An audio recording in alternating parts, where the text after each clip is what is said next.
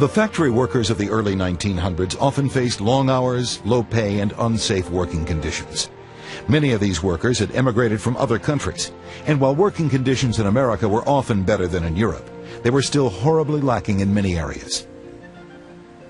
As few laws existed enforcing fair treatment of laborers, factory owners and managers often treated their employees as lowly parts of machines.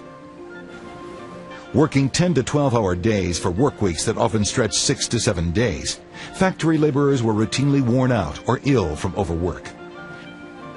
Added to the stress of long hours and pay as low as $1.50 a day was the often unsafe factory conditions.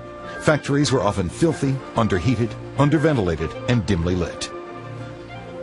When combined with massive, complicated machines, these conditions often allowed for on-the-job injuries and even the occasional death.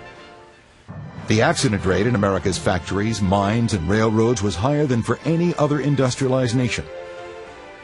And at the time, there was no such thing as workers' compensation insurance.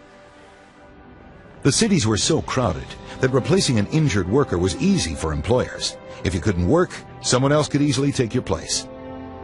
This same issue also came into play when workers asked for pay raises. Business owners could often get away with paying their laborers the bare minimum, since there was always another man who would do the job for less.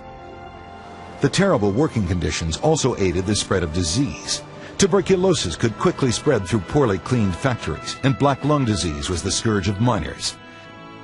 Workers often brought their illnesses home to their unsanitary living conditions in the overcrowded city slums. As of 1900, politicians had yet to address the problems of overpopulation in the poorest neighborhoods of the nation's cities.